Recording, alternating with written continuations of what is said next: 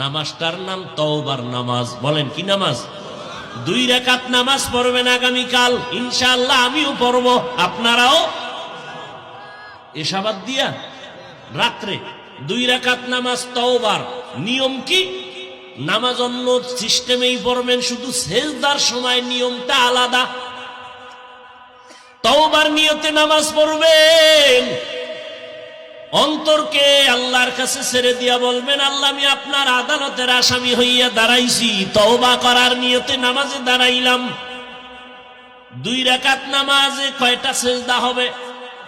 4টা সেজদা হবে। সেজদায় যখন যাবেন দিলটা নরম করে যাবেন, যাইয়া 3 বার বা 5 বার 7 বার সুবহান রব্বিয়াল আ'লা বলার পরে এরপরে 3 বার খুব নরম হইয়া 3 বার আমার আল্লাহকে হাজির নাজির মনে করে আপনি সেজদায় গিয়া মনে করবেন, আমার কপাল মাতুয়াইল মসজিদের ফ্লোরের মধ্যে নাই, নবীর হাদিস মতে আমি আমার মাওলার কুদরতি কদমের উপরে কপাল লাগায় দিছি। এইবার আল্লাহকে হাজির নাজির জানিয়া একা একা নির্জনে বলবেন 3 বার। কয়বার?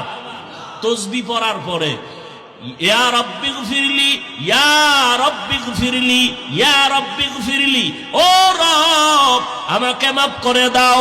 খুব নরম হইয়া চোখে পানি আনার বাহানা করে আল্লাহর কাছে বলবেন সিজদায় বসিয়া, ইয়া রাব্বি গফিরলি, ইয়া রাব্বি গফিরলি, ইয়া রাব্বি গফিরলি। কয়বার? 3 বার। প্রত্যেক সেজদায় শেষে 3 বার করিয়া এভাবে 2 রাকাত নামাজ পড়বেন। নামাজের পরে নির্জনে হাত উঁচু করিয়া ইস্তেগফার দুরূদ শরীফ পড়ে আল্লাহর কাছে এবার হাত উঁচু করে কাঁদবেন, আল্লাহ আমার জীবনের গুনাহ মাফ করে দাও। নবী কি বলছেন জানেন? এইভাবে নামাজ পড়লে ওই বান্দার সেজদার থেকে মাথা উঠবে না আল্লাহ ক্ষমার ঘোষণা না দেওয়া পর্যন্ত। তার মানে আপনি এই দোয়া পড়ে উঠবেন, এর আগেই আপনার জিন্দেগীর গুনাহ আল্লাহ মাফ করে দিবেন। পারবেন? আল্লাহ আমাকেও তৌফিক দান করেন, আম্মা জানদেরকেও তৌফিক দান করেন, আপনাদেরকেও আল্লাহ তৌফিক দান করেন। কেউ যেন আমরা আমল থেকে বঞ্চিত না হয়ে যায়।